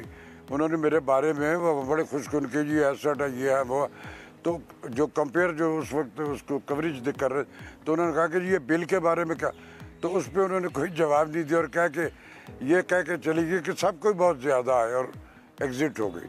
कोई सुनने वाला नहीं है। फिजिकल इम्प्लीमेंट्स का इम्कान नहीं है कोई भी, हमें भुगतना पड़ेगा। अब अल्लाह मियाँ है कि वो कोई मोइज़ा और जैसी हमारे कारे और चाले हैं वो अभी मौजों वोजों की गुंजाइश नहीं। अल्लाह मियाँ को और बहुत से काम है, सिर्फ हमारे इस एनवायरनमेंट के लिए नहीं वो बैठा हुआ ऊपर, हमारा अमल ही नहीं है, उसके बगैर हम ख्वाब देख रहे हैं। वो एक्ट मैंने किया नहीं जिसका रिएक्ट तवक्को किए बैठा, ये for the time being survival gimmicks है। जो भी कोई आता जो कुछ कहता उसके बाद उसकी फिजिकल इम्प्लीमेंट, तो खुदा के वास्ते यही शनाख्त है। आपकी दुनिया में कहीं चले जाए, आपकी जन्मभूमि, आपकी ज़मीन जो है वो आपकी शनाख्त है। मैं पाकिस्तानी हूँ, बेशक। आज से 46 जी। एक चीज़ और भी, अल्लाह आपको सेहत दे, अल्लाह आपको सेहत दे सर, बहुत सी दुआएं आपके लिए। बस एक जुमला और दीजिएगा, चूँकि राब्तों की बात हो रही है। जो साथी अदाकारों ने, आपके दोस्तों यारों ने आपसे रब्ता किया, जिस तरह ज़रा आपने तो कैथारसिस कर लिया, बहुत से अदाकार ऐसे होंगे जिन्होंने कहा होगा कि उनका बिल भी इसी तरह ज़्यादा है, वो भी उसी तरह परेशान और मुतासिर हैं। हाँ, मुझे कराची से सब्जवारी का, मेरे दोस्तों की तरह उम्र में मुझसे छोटा लेकिन लाडले शेख साहिबान का और मेरे कुछ दोस्तों का, मुझे एक सेनेटर साहिबा है, मैं उनका नाम नहीं लूँगा, उनका मुझे टेलीफोन आया, मुझे बीजिंग से एक पाकिस्तानी का टेलीफोन आया, मुझे कनाडा से कई अहबाब, दुनिया भर से। मुझे हमारी एक सीनियर आर्टिस्ट थी तानी बेगम, वो अमेरिका में सेटल होती, उनका तो रोते हुए मुझसे राशिद तुझसे तो, मैंने कहा मैं ये कोई ये नहीं वाविला कर रहा कि मैं भूखा मर गया हुई हूँ, दाल रोटी खा मेरा रब देता मुझे कर। मेरा एहतजाज उस जबर पे है जो हम पे किया जा रहा है और अनड्यू किया जा रहा है। आप अपने सारे जो खर्चे हैं वो उससे एज इट इज़ उससे बल्कि बढ़ गए हैं सारे के साथ। आप उसको, आपके लिए हर चीज़ मुफ्त है और हमारी जड़ों से आप निचोड़ रहे हैं, काम हमारे बंद है और जो हमने कुछ 4 पैसे वो हम अपनी दवाइयों में खा गया हूँ। राशिद साहब अपना जीना मुश्किल हुआ। राशिद साहब शुक्रिया, अपनी सेहत का ख्याल रखिए, अल्लाह आपको सेहतमंद रखे, यही हमारी दुआ आपके लिए। आपने तर्जुमानी की है, पाकिस्तान की तर्जुमानी की है आपने, हर उस पाकिस्तानी की जो कि इस वक्त इस मुश्किल मौशी सूरत हाल से गुजर रहा है और परेशान है, तड़प रहा है। आपने उस कैथारसिस अपना भी किया लेकिन आपने तर्जुमानी किया पाकिस्तानियों की। बहुत शुक्रिया, साथ मौजूद थे। एक ब्रेक की तरफ बढ़ेंगे नाज़रीन, ब्रेक से वापस आएंगे, स्टे विद अस। जेल नहीं बल्कि एक रिहैब सेंटर, ये वाकई एक मिसाल कायम हुई है कराची सेंट्रल जेल में। बहुत अहम, बहुत मस्बत पेशरफ्त, जिसकी जितनी तारीफ़ की जाए वो कम है। कराची सेंट्रल जेल में 200 से ज़ायद कैदी ने IT और लैंग्वेज कोर्सेज मुकम्मल किए हैं और पहली कन्वोकेशन की तकरीब में 248 सज़ा याफ्ता और अंडर ट्रायल कैदियों ने सर्टिफिकेट्स हासिल किए हैं। अल-खिदमत फाउंडेशन की तावन से मुनक्कद होने वाली तकरीब में कैदियों की कामयाबियों और तालीम और स्किल डेवलपमेंट की अहमियत उजागर की गई और जेल में बहुत अच्छा माहौल देखने को मिला। इस पर बात करेंगे, senior superintendent Karachi jail Abdul Karim साहब साथ मौजूद हैं और एक ऐसा कैदी साथ मौजूद है जिन्होंने कोर्सेज किए हैं 3, एक चाइनीज़ लैंग्वेज, ग्राफिक्स और CIT, नुमान अब्दुल सलाम। अब दोनों का बहुत शुक्रिया। अब्दुल करीम साहब आपसे आगाज़ करूँगा, ये आइडिया कैसे आया कि जो कैदी यहाँ पर हैं इनको आपने स्किल देनी है और स्पेशली जिनको सज़ा हुई है उन कैदियों को स्किल की तरफ लेकर जाना, लैंग्वेज कोर्सेज करवाना, ये आइडिया कैसे है, फिर कैसे इसकी इम्प्लीमेंटेशन की तरफ हम बढ़े? बिस्मिल्लाहिर्रहमानिर्रहीम। पहले तो मैं आपके चैनल का और आपका बहुत ही दिल से मशकूर हूँ कि आपने हमें कवरेज दिया है। जहाँ तक बात है इनमेट्स को स्किल करने की, तो जो क्राइम का बेस है वो है बेरोजगारी। हमने ये सोचा कि हम क्यों ना इनको एक ऐसा एनवायरनमेंट, ऐसी जगह प्रोवाइड करें जहाँ पे ये अपने आप को स्किल करें और जो स्किल्ड लोग हैं वो बेरोजगार नहीं रहते और वो क्राइम की दुनिया को खैराबाद कहते हैं। इसलिए हमने यहाँ पे चाइनीज, CIT, कंप्यूटर ग्राफिक्स और इस तरह के इंग्लिश लैंग्वेज, अरबिक, ये चीजें हमने स्टार्ट की हैं ताकि कैदी अपनी जुराइम की दुनिया को खैराबाद करके एक अच्छे शहरी की हैसियत से जब यहाँ से रिलीज हों तो एक पाकिस्तान के लिए मस्बत किरदार के तौर पे अपना रोल प्ले करें, अपने लिए और अपने फैमिलीज के लिए और मुल्क पाकिस्तान के लिए। बिल्कुल, रूट कॉज को देखना और उसके बाद उस पर काम करना बड़ा इंपॉर्टेंट है ताकि आप एक, हम हमेशा जैसे शुएब ने भी बात की कि जेल तो है लेकिन एक किस तरह से अपनी करेक्शन कर सकते हैं, किस तरह से हम उनको ज़िंदगी की तरफ वापस ले जा सकते हैं, ये बड़ा इंपॉर्टेंट है। अच्छा नुमान, आपने 3 कोर्सेज किए हैं, ज़रा उनके बारे में बताइएगा। शुरू करने से पहले क्या मोटिवेशन थी और अब कोर्सेज करने के बाद अपने अंदर क्या डिफरेंस फील करते हैं, क्या फ़र्क है? बिस्मिल्लाहिर्रहमानिर्रहीम। सबसे पहले तो मैं जेल इंतज़ामिया हमारे सुप्रिटेंडेंट साहब, एहसान साहब और पूरे टीम के हमाद सर, पूरे टीम का मैं बहुत ज़्यादा मशकूर हूँ जिन्होंने हमें ये मौका फराहम किया तालीम हासिल करने का। और ये वक्तन फ़ौक्तन हमारे पास आते रहते हैं, क्लास में हमारी रहनुमाई करते हैं। हमें इससे ज़्यादा बहुत ज़्यादा खुशी होती है और हमें ज़्यादा सीखने का दिल करता है। इसके अलावा मैम 2 साल मेरे को हो गए, मैंने तब से क्लास ज्वाइन की। पहले लोग समझते हैं जेल में सारे नेगेटिव लोग हैं, नेगेटिव की तरफ पहले जा रहे थे, लेकिन अभी सारे कैदी पॉजिटिव की तरफ जा रहे हैं। अल्लाह का शुक्र है, मेरे क्लास में बहुत सारे ऐसे बंदे थे जो रिलीज हो गए। चाइनीज क्लास भी सीखी, CIT कोर्स में बहुत गिरफ्त हासिल कर चुकी थी। चूंकि मैं पुराने स्टूडेंट हूँ, ग्राफिक्स में कोई भी इस वक्त में कोई भी रूम देख के मैं उसको बना सकता हूँ, अल्लाह का शुक्र है। इसके अलावा चाइनीज में भी मैं बात कर सकता हूँ। कोई चाइनीज मेरे पास आते हैं, बात करते हैं, इंशाल्लाह मैं उनसे बात कर सकता हूँ उनसे। तो इसके लिए जेल इंतजामिया का मैं बहुत ज्यादा मशकूर हूँ। तो अभी मैंने चाइनीज लैंग्वेज में मैंने पोजीशन हासिल की है मैम, ग्राफिक्स में भी है, CIT में भी मैंने पोजीशन हासिल की है। अच्छा, थैंक्स फॉर द अप्रिसिएशन। अच्छा, आपने चाइनीज क्यों सीखी? वैसे पोजीशन भी आपने हासिल किया है, शौक था? हाँ। जी सर, आपका सवाल का जवाब दूं। चाइनीज मैंने इसलिए सीखी है, मैंने और रिफाइनरी में जॉब करता था और टेक्नीशियन में ऑपरेटर था। वहाँ जो कमीशनिंग के लिए आते थे वो ज्यादातर चाइनीज ही होते थे। तो मैं चाहता हूँ ये जो मौका में मिला है जेल में, मुझे नहीं पता था कि यहाँ ऐसी तालीम भी हमें मिल सकती है। तो मैंने चाइनीज सीखी, इस वजह से सीखी मैं उन चाइनीज को उनके लैंग्वेज में गाइड कर सकूं। सही। तो जाहिर है आपका ऑलरेडी इंटरेस्ट इस चीज़ में था जिसको आपने आगे परस्यू किया है। करीम साहब, आप मजीद नए कोर्सेज इंट्रोड्यूस करवाए जाएंगे, आगे का क्या प्लान आप लोगों ने अभी सेट किया है? इंशाल्लाह जी। अच्छा, इससे बड़ी बात आपसे मैं शेयर करता चलूं कि in the history of Pakistan prisons, this is the first time, ये पाकिस्तान के प्रिजन हिस्ट्री में पहला कॉन्वोकेशन है जो पूरे पाकिस्तान में सेंट्रल प्रिजन कराची ने ऑर्गेनाइज किया है। और by the grace of Allah रब्बुल इज्जत we are going for further skill programs. जैसे हमारे पास स्टे बेटा है, वो हमारे पास इलेक्ट्रिशियन प्लम्बरिंग का कोर्स करवा रहे हैं। हमारे पास बेहतरीन किस्म के लेडीज शूज बन रहे हैं, हैंड बैग्स बन रहे हैं और बहुत सारी चीजें, परांदे बन रहे हैं। अब हम जा रहे हैं कि मॉडल फैशनिंग के डिजाइन पे कि हम यहाँ पे उसका भी जो है वो डिजाइनिंग का भी कोर्स कर पाए।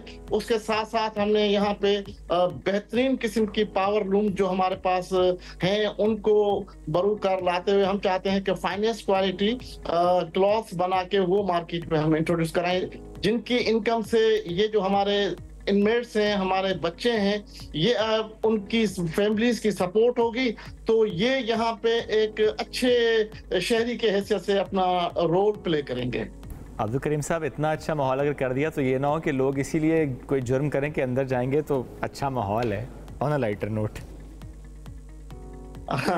देखें बात ये है कि ये भी इंसान है, ये भी अंदर दिल रखते हैं। हमारी कोशिश, आप इससे अंदाजा लगाएं कि इनको इस तरह का एनवायरनमेंट हमने इनसाइड प्रोवाइड किया है कि ये फुल कंसंट्रेट के साथ इनमें एक उम्मीद पैदा हो गई है, जीने की उम्मीद पैदा हो गई है। इनकी फैमिलीज आते हैं तो ये उनको सपोर्ट करते हैं कि भाई अल्लाह के करम से हमारे दिन बदल रहे हैं और इंशाल्लाह very soon we will meet with you outside with their homes. क्या ऐसा भी होता है कि कोई कैदी अपने किसी स्किल की वजह से जो इनकम आती है वो इनकम अपने घर वालों को भी दे सकता हो? क्या ये भी मुमकिन होता है? ये पिछले दिनों हमने एक आर्ट काउंसिल में एग्जीबिशन करवाई थी जिसमें एक कैदी ने 13 लाख रुपए अपने फाइन आर्ट्स की पेंटिंग से अर्न किए थे। जो वो सारे 13 लाख रुपए 10 लाख रुपए उसने अपनी वालदा को दिए कि आप जाके उम्रा करके आए, और 3 लाख रुपए उसने अपनी सिस्टर को दिया जिसके पास जहेज के ना होने की वजह से उसकी शादी नहीं हो रही थी। 100% इनकी इनकम इनकी फैमिलीज को जाती हैं। ओके, अच्छा नुमान, थोड़ी रूटीन बताइएगा इन कोर्सेज के हवाले से, अदरवाइज जेल की रूटीन भी, पूरा दिन की रूटीन क्या होती है सेंट्रल जेल कराची में? उस दौरान जो कोर्सेज की आपने बात की, 3 कोर्सेज आपने की पोजीशन भी ली, तो ओवरऑल रूटीन क्या होती है जेल में? जेल में तो सबसे पहले सर 1 घंटे का हमारा क्लास होता है। चूंकि मैं रिलीवर में से हूँ तो 9 से 4 बजे तक मैं क्लास में होता हूँ। तो सर इसके अलावा जेल इंतजामिया ने मुझे एक क्लास भी दिया जिसमें बच्चों को भी पढ़ाता भी हूँ, कुरान शरीफ में पढ़ाता हूँ। और जी सर, तो 1 घंटा कुरान शरीफ भी पढ़ाता हूँ। उसके बाद मैं क्लास में अपना टाइम देता हूँ, सुबह 9 से 12 बजे तक। उसके बाद 2 से 4 बजे तक मैं कंप्यूटर क्लास में होता हूँ। अच्छा अब्दुल करीम साहब, क्या ये कोर्सेज सबके लिए अवेलेबल होते हैं जितने भी कैदी होते हैं, या आपने कुछ रखा हुआ अच्छा इन के ख़ास जराइम के जो कैदी हैं, अच्छा उनके लिए कोर्सेज? क्योंकि आपने खुद बात की ना कि ज़्यादा जो जराइम होते हैं वो इस वजह से होते हैं चूँकि लोगों के पास स्किल नहीं होता, वो कमा नहीं रहे होते और इसलिए फिर वो जुर्म की तरफ आते हैं। साथ में ये भी पूछना चाहूँगी कि ख़वातीन के लिए भी क्या ऐसे कोई कोर्सेज इंट्रोड्यूस करवाए गए हैं और उनके हवाले से, जिस तरह आपने बताया कि पर्स बन रहे हैं, हैंडीक्राफ्ट में बहुत अच्छी हैं, तो उस पर्सपेक्टिव से ज़रा बताइएगा। अच्छा, ऐसा है कि आप देखें कि अच्छाई तो सबके लिए है ना। हमारे दरवाजे हर कैदी के लिए खुले हुए हैं कि जो भी राह रास्त पे आना चाहता है, हम मोर देन वर्ड्स वेलकम कहते हैं उनको ना। एक बंदा अपना डायरेक्शन चेंज करना चाहता है, अपना किबला दुरुस्त करना चाहता है, तो वी विल अप्रिशिएट देम। बिल्कुल सही है, ये वाकई होना चाहिए। और फिर एक माहौल जब ऐसा बनता है कि जिसमें बहुत से लोग, अपनी बात मुकम्मल भी कीजिएगा सर पहले। और मोहतरमा ने कहा कि लेडीज के लिए तो डेफिनेटली हम हमारे पास तो सारे मेल इनमेट्स हैं, लेकिन हमारे पास जो चीजें बनती हैं वो लेडीज जेंट्स सबके लिए होती हैं, और ताकि वो उनको सेल करके इनकम जो है वो अपनी फैमिलीज को सपोर्ट के लिए करें। जी ठीक, बहुत शुक्रिया अब्दुल करीम साहब। साथ मौजूद सीनियर सुपरिटेंडेंट जेल कराची और नुमान अब्दुल सलाम, मैं कैदी नहीं कहूँगा चूँकि ज़ाहिर जिस तरह आप पढ़ते हुए ना सिर्फ खुद आपने कोशिश किया, आप कुरान शरीफ की तालीम भी दे रहे हैं। बहुत जल्द आप माशरे का वाकई मुफीद रुकन के तौर पर सामने दोबारा से आएंगे और एक माहौल बन जाता है जब आप देखते हैं कि जेल के अंदर ऐसे सरगर्मियाँ हो रही हैं, बहुत पॉजिटिविटी है, रिहैब सेंटर बना दिया गया, उसको लोग पढ़ रहे हैं, स्किल हासिल कर रहे हैं और ये राय रखते हैं कि अच्छा ये सीखने के बाद हम इंशाल्लाह वापस जब बाहर जाएंगे, इस दुनिया में वापस जाएंगे तो फिर एक मुफीद शहरी तौर के तौर पर हम सामने आएंगे। नाज़रीन, ब्रेक की तरफ बढ़ेंगे, ब्रेक से वापस आएंगे, stay with us. Welcome back. Pakistan में पहली बार गाड़ियों की जो खुसूसी नंबर प्लेट्स हैं उसकी नीलामी का इनेकाद किया गया। इस नीलामी में सबसे महंगी नंबर प्लेट थी वो 10 करोड़ रुपए से भी ज़ायद में फरोख्त हुई। लोगों को देखा नंबर प्लेट्स का क्रेज होता है कि जब हमारी गाड़ी चल रही है तो एक मुनफरिद, उसका एक यूनिक सा नंबर हो और लोग बड़ा खुश हो रहे होते हैं। जैसे कि सिंध वन, ये देखें, आपको स्क्रीन पर हम दिखा भी रहे हैं कुछ नंबर्स जो कि बहुत ज़्यादा महंगे बिके हैं। अच्छा, इस नीलामी का जो इनेकाद है वो महकमा एक्साइज सिंध ने किया है और 40 नंबर प्लेट्स की नीलामी से 67 करोड़ 54 लाख रुपए जमा हुए हैं। और जो प्रीमियम नंबर प्लेट है 1, वो जिस हमने बताया 10 करोड़ रुपए की, और 5 नंबर जो है वो बिका है 5 करोड़ 30 लाख रुपए में। 7 नंबर वाली जो नंबर प्लेट है वो 4 करोड़ 7 लाख रुपए में नीलाम हुई है। प्लेट नंबर 8 4 करोड़ 10 लाख रुपए में नीलाम हुई है और प्लेट नंबर 9 4 करोड़ रुपए में खरीदी गई है। एक सवाल आपसे भी। जी क्या हम अमीर कौम है, गरीब कौम है? समझ रहे हैं मेरी बात? अमीर तर है, गरीब तर है, मिडिल क्लास कहीं पर भी नहीं है। और यकीनन जो है वो ये पैसे जो ये खरीदे होंगे और इस तरह के इनिशिएटिव जो हो रहे हैं तो वो लोग जो कि साहिब हैसियत इस्तात होते हैं। अच्छा, इसमें लेकिन एक अच्छी बात ये है सबीन कि देखें जो ऑक्शन होता है, जैसे स्पेशली ये वाला जो ऑक्शन हुआ है इसमें जितनी भी रकम आई है वो सैलाब ज़दगान जो है उन पर खर्च की जाएगी। ये एक अच्छा काम है, उनके घरों की तामीर में खर्च होगी। नाज़रीन, वक्त खत्म, दोबारा मुलाकात कल। अल्लाह हाफ़िज़।